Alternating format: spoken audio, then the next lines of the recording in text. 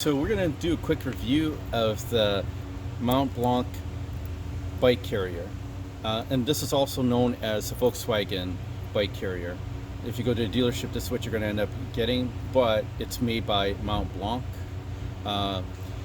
It basically clamps onto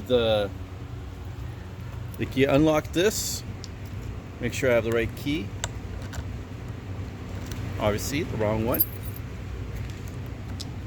It unlocks here, then you pull this out, quickly undo this,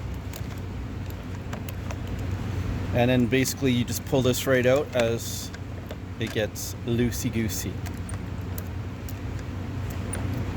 And then